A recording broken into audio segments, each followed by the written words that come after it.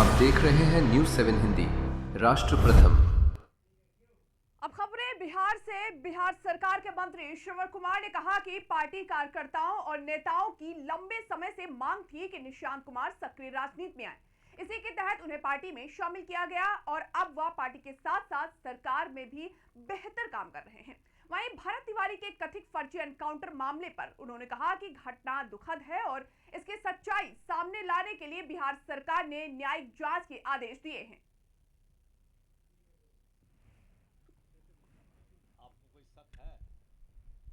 निशांत कुमार युवा हैं और लगातार बिहार के युवाओं का और पार्टी के सभी गांव से लेके वार्ड से लेके पंचायत से लेके प्रखंड से लेके जिला और राज्य के छोटे बड़े सभी कार्यकर्ता नेताओं का लगातार डिमांड चल रहा था कि पार्टी में उनको शामिल कराया जाए और पार्टी में शामिल करा करके राज्य में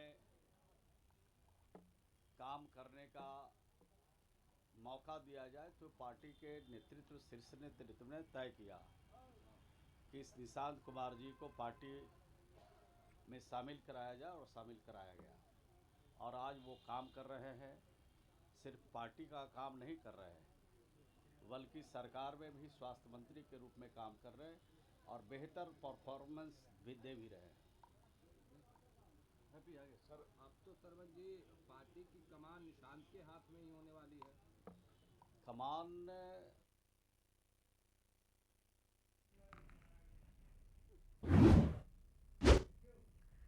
पटना में जेडीयू नेता राजीव रंजन ने कहा कि पार्टी के राष्ट्रीय परिषद की बैठक में सर्वसम्मत से नीतीश कुमार को एक बार फिर राष्ट्रीय अध्यक्ष चुना गया है। उन्होंने बताया कि बैठक में पार्टी नेताओं और कार्यकर्ताओं ने निशांत कुमार को लेकर भी भरोसा जताया। राजीव रंजन के मुताबिक निशांत कुमार में अनंत संभावनाएं हैं और उनके नेतृत्व में पार्टी आने वाले 3 से 4 दशकों तक मजबूत और सुरक्षित रह सकती है।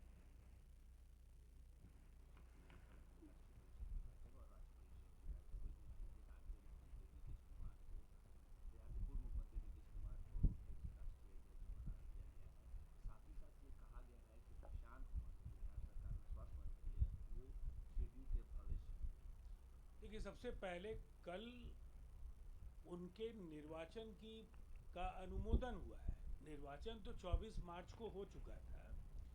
राष्ट्रीय परिषद की बैठक जब भी अध्यक्ष पद पर निर्वाचन के बाद होती है उसमें इसकी संपुष्टि कराई जाती है। तो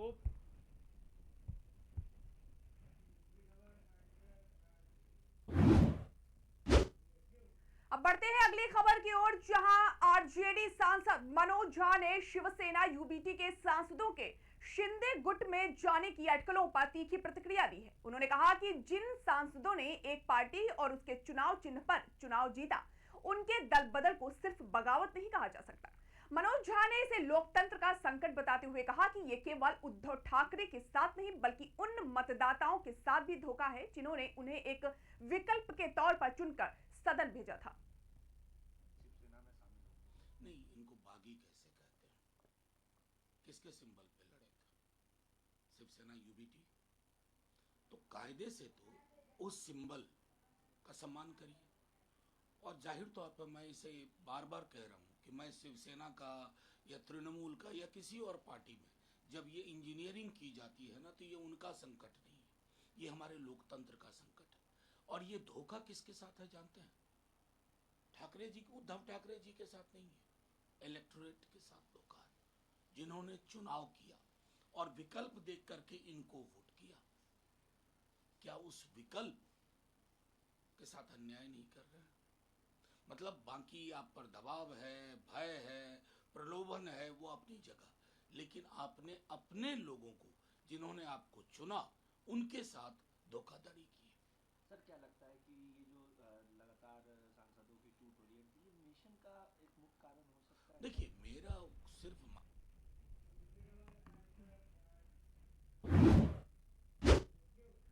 पटना में जेडीयू सांसद संजय कुमार झा ने कहा कि नीतीश कुमार पहले ही पार्टी के राष्ट्रीय अध्यक्ष निर्वाचित हो चुके थे और राष्ट्रीय परिषद की बैठक में उनका अनुमोदन किया गया।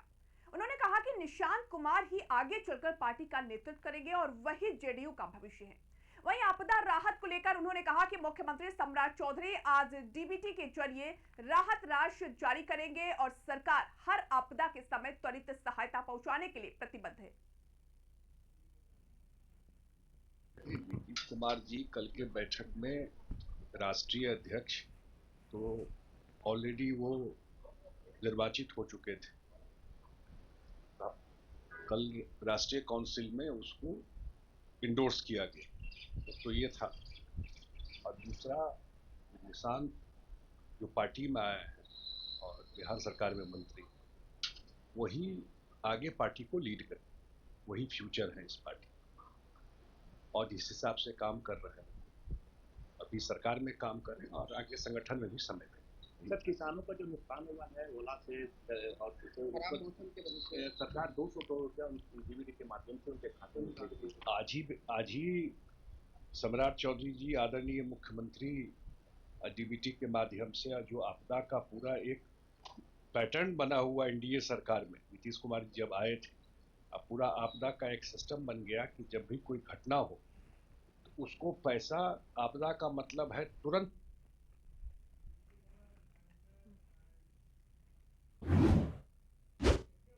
पटना में केंद्रीय मंत्री गिरिराज सिंह ने पश्चिम बंगाल की राजनीति को लेकर कांग्रेस और टीएमसी पर जमकर निशाना साधा। उन्होंने कहा कि बंटवारे के समय श्यामा प्रसाद मुखर्जी ने बंगाल को बचाया था, लेकिन कांग्रेस ने तुष्टीकरण की राजनीति की और टीएमसी ने राज्य को लूटकर बर्बाद कर दिया। गिरिराज सिंह ने दावा किया कि अब भाजपा के आने से वहां के लोग दूसरी आजादी का जश्न मना रहे हैं।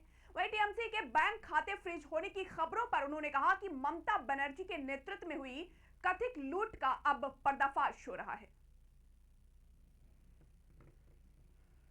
के वक्त लावारिस छोड़ दी थी कांग्रेस, लेकिन विभाजन के बाद भी तुष्टीकरण की राजनीति वहां शुरू कर दी। बिल्कुल।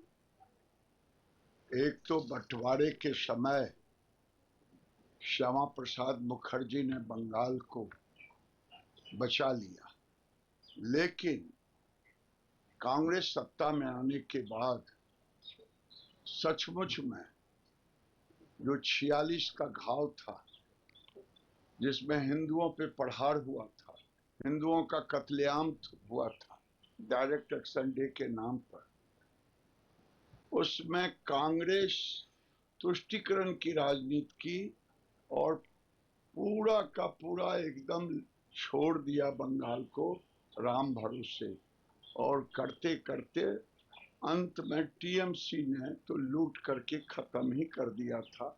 भारतीय जनता पार्टी आई है, वहां की जनता एक तरह से जश्न मना रहा है, आजादी, दूसरी आजादी। सर, टीएमसी में फंड विवाद शुरू हो गया। सर, अरूप विश्वास ने कहा है कि फ्रीज कर दिया जाए अकाउंट को, 440 करोड़ जो है फ्रीज भी कर दिए गए।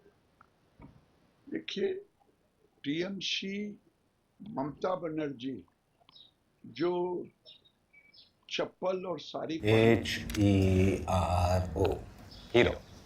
पापा, ये हीरोज कौन होते हैं? हीरोज हर जगह होते हैं, फिल्मों में, फिल्मों के बाहर भी। और ये हीरोज दिखते कैसे हैं? हीरोज सबसे अलग होते हैं, लेकिन अलग दिखते नहीं। हीरो स्टॉल होते हैं कि शॉर्ट होते हैं? वो खाना खाते हैं कि नहीं? स्कूल जाते हैं कि नहीं? वो पढ़ाई करते हैं कि नहीं? ये हीरोज भी होमवर्क करते होंगे क्या? वो कुकीज खाते हैं क्या? पापा, ये हीरोज करते क्या है? वो आपके साथ रहते हैं और आपको प्रोटेक्ट करते हैं। बाय। फिर तो आप ही मेरे हीरो हुए, क्योंकि आप ही मुझे प्रोटेक्ट करते हो। लेकिन इस घर में एक और हीरो है जो हमेशा आपको सेफ रखता है। मुझे तो कहीं नहीं दिख रहा। हीरोज हमेशा दिखाई दे, ये जरूरी नहीं है। वो सिर्फ पर्दे के आगे ही नहीं, दीवारों के पीछे भी। गैलेंट एडवांस टीएमटी सरिया, इसकी ताकत बने घर की ढाल और इसकी फ्लेक्सिबिलिटी रखे घर को सॉलिड सालों साल। गैलेंट एडवांस 500D टीएमटी, निर्माण का रियल हीरो। सॉलिड भी, फ्लेक्सिबल भी। गैलेंट